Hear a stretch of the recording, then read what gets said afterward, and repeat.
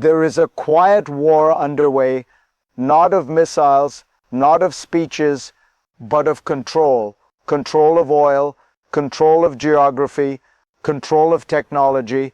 What looks like scattered headlines is actually one system moving into place. Iranian oil, Venezuelan oil, once flowing illicitly to China, now drifting under American control. This is not about drilling more barrels. It is about deciding who gets energy and who does not. At the same time, look north, to Greenland, to the Arctic, to missile trajectories that do not follow politics, only physics. Look west, to Canada, suddenly more predictable with Beijing than with Washington. Look east, to Taiwan, TSMC, and $250 billion reshaping America's technological spine. If this matters to you, stay with me, because once you see the pattern, you cannot unsee it. What we are witnessing is not chaos, it is strategy. And to understand it, we need to slow down and start at the center. What is really happening here is not a collection of foreign policy disputes. It is a single question asked in many places at once. Who controls the systems that make modern power possible? Energy, trade routes, defense geography, semiconductors. For decades, globalization blurred these lines. Oil flowed freely, supply chains stretched across rivals, security was assumed, not enforced. That era is ending. When Chinese companies buy Iranian and Venezuelan oil, that is not commerce, it is leverage. When the United States moves to control the flow of that oil, it is not punishment, it is denial of power.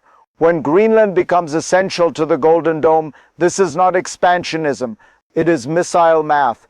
When Canada edges closer to China, it is not diplomacy, it is a security variable. And when Taiwan commits $250 billion to American technology, it is not generosity, it is deterrence. To understand why all of this is accelerating now, we have to go backward, to history, to cycles, to the moment control replaced trust. This shift did not begin overnight. It follows an old cycle. After every long period of integration comes a moment of reckoning. Energy once defined empires, then trade did, now systems do. Iran and Venezuela did not drift toward China by accident. Sanctions pushed oil into shadows. Shadows create dependence. Dependence creates leverage. China learned this early. Buy what others cannot sell. Store it, control it indirectly. The United States responded late, but decisively, because controlling oil is not about ownership. It is about interrupting rival systems. The same logic applies in the Arctic. Missiles do not care about borders. They travel the shortest path. Over ice, over Canada, over Greenland. For years, all three democracies assumed stability. They reduced troops, delayed bases, ignored the map. Meanwhile, Russia used Arctic waters.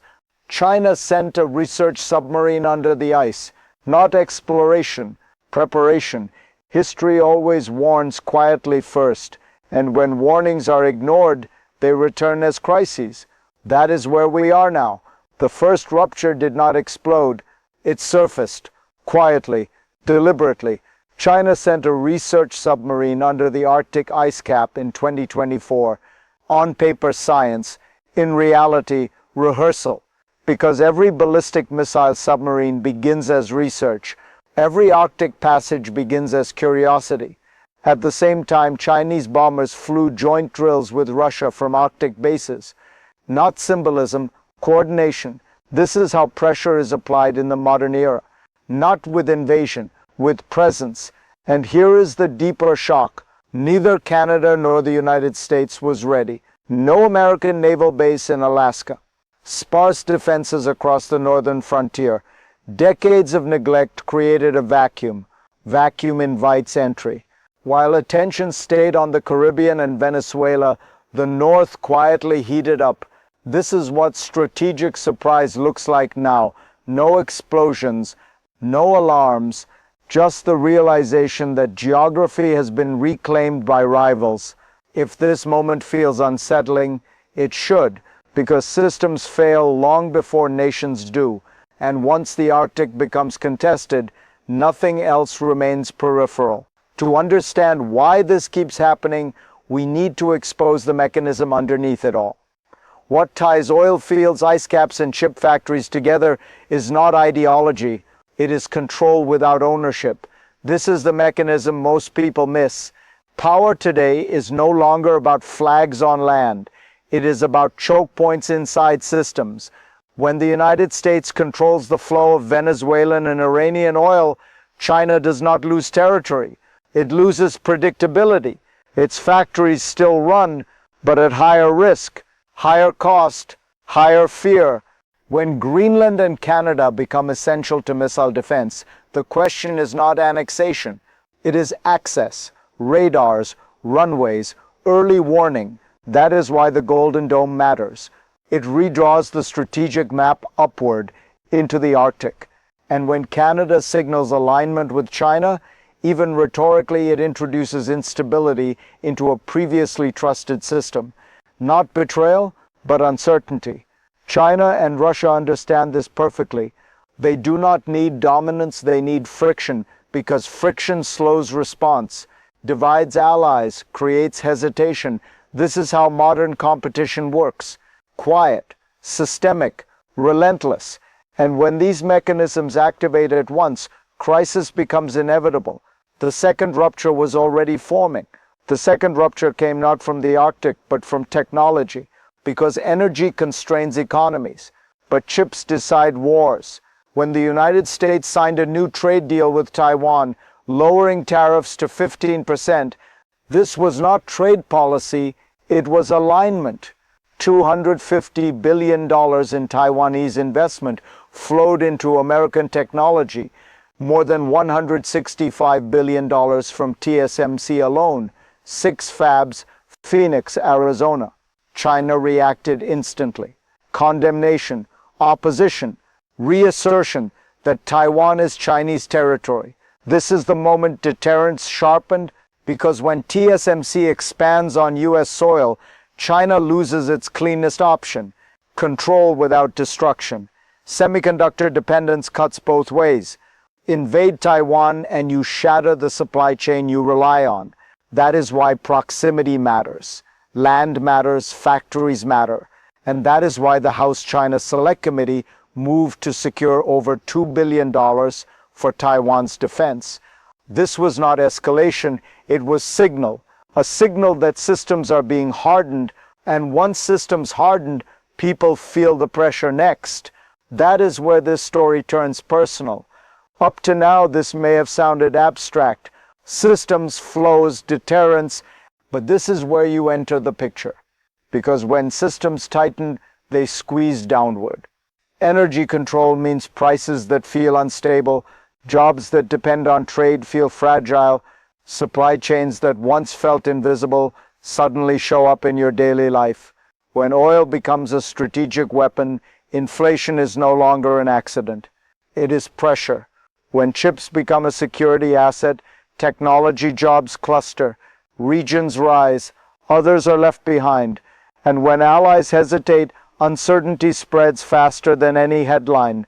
You may not follow Arctic patrols, you may not track semiconductor fabs, but you feel their consequences in the cost of living, in the anxiety of transition, in the sense that the world is speeding up while control feels further away. This is why these decisions matter, not because they are dramatic, but because they reshape the ground beneath you. If this analysis is helping you see that connection, stay with me. Because the next layer is global, and once the world system shifts, no country moves alone. What happens next does not stay contained, it never does. Because when major powers harden systems, the shock travels outward. China responds by deepening ties where trust is thinner, with Russia, with countries willing to trade predictability for leverage. The Arctic becomes a shared theater. Research vessels turn strategic. Shipping lanes turn military. In East Asia, deterrence stiffens. US-Taiwan alignment tightens. Regional actors recalibrate quietly. In North America, the rupture is subtler. A Canada that drifts toward China forces Washington to rethink assumptions that once felt permanent. And across Europe, the lesson is unmistakable. Security is no longer outsourced. What we are seeing is a world reorganizing into blocs, not ideological blocs, systemic ones. Who shares energy access? Who shares technology? Who shares early warning and defense? This is not a new Cold War. It is colder than that, less theatrical, more permanent. Globalization is not collapsing, it is being rewired, and once the wiring changes, every country must choose where its power truly flows. That choice defines the future, which brings us to the question no one can avoid. What happens next? The future now unfolds along three paths. None are clean, all are plausible. The first is stabilization. Control works, oil flows are managed, deterrence holds. China adjusts, not retreats. Competition remains sharp, but contained. Systems bend, without breaking. The second path is friction without collapse. Energy remains volatile. Arctic encounters increase. Technology blocks harden. No war, but no trust either. A world permanently tense, running hotter than it should. The third path is rupture. A miscalculation in the Arctic. A crisis over Taiwan. A breakdown between Washington and Ottawa. Systems designed for pressure finally snap under it. History tells us something uncomfortable. Most leaders plan for scenario 1. They manage scenario 2. They are shocked by scenario 3. Because systems fail gradually, then suddenly, the question is not whether power will be exercised. It already is. The question is whether control creates stability or merely postpones conflict. That answer is still forming. And it depends on whether we recognize what kind of world we are building before it locks into place. This moment feels unsettled because it is not chaotic, not accidental, intentional. The world is being reorganized around control, not conquest, not ideology. Energy flows are managed. Technology is anchored. Geography is revalued.